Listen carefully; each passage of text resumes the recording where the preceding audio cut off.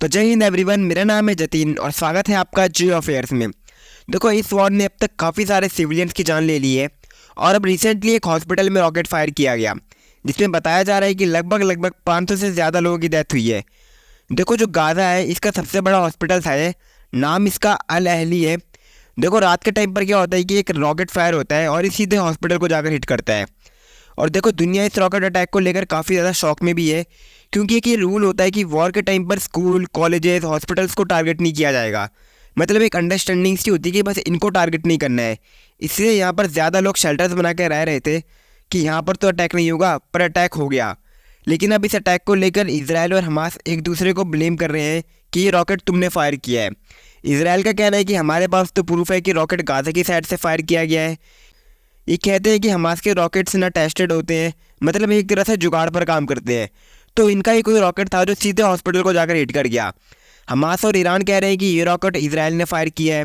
अब देखो, इजराइल तो काफ़ी ज़्यादा कॉन्फिडेंट दिख रहा है इस रॉकेट अटैक को लेकर कि हमने नहीं किया है। ये कह रहे हैं कि हमारे पास प्रूफ है, हम यूएन में प्रूफ को लेकर जाएंगे। लेकिन अब तक जो अरब कंट्रीज़ थोड़ा सा सॉफ्ट दिख रही थी इजराइल को लेकर, अब उनके लिए भी थोड़ी मुश्किल हो रही है। क्योंकि देखो, अब होता क्या है ना, आप अपने देश की पब्लिक के अगेंस्ट नहीं जा सकते हो। एग्जाम्पल के लिए लेबनान को ले लो, वहाँ पर इजराइल के अगेंस्ट काफ़ी ज़्यादा प्रोटेस्ट हो रहे हैं। सऊदी अरब ने अपने देश के लोगों को कहा है कि लेबनान को जल्दी से जल्दी छोड़ दो। यूएस की एम्बेसी में आग लगा दी गई, इजराइल की एम्बेसी में भी प्रोटेस्ट हो रहे हैं।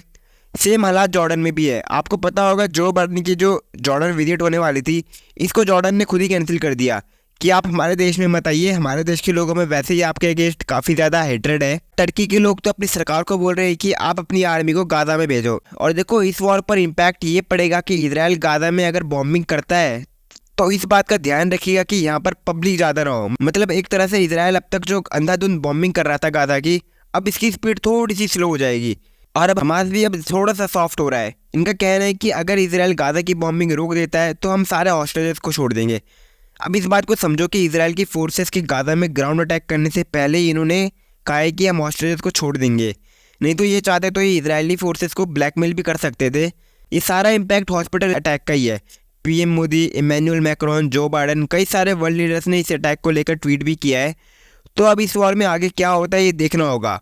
और अगर आपको जानकारी अच्छी लगी हो तो चैनल को सब्सक्राइब कर देना और वीडियो को लाइक कर देना। तब तक के लिए जय हिंद, जय भारत।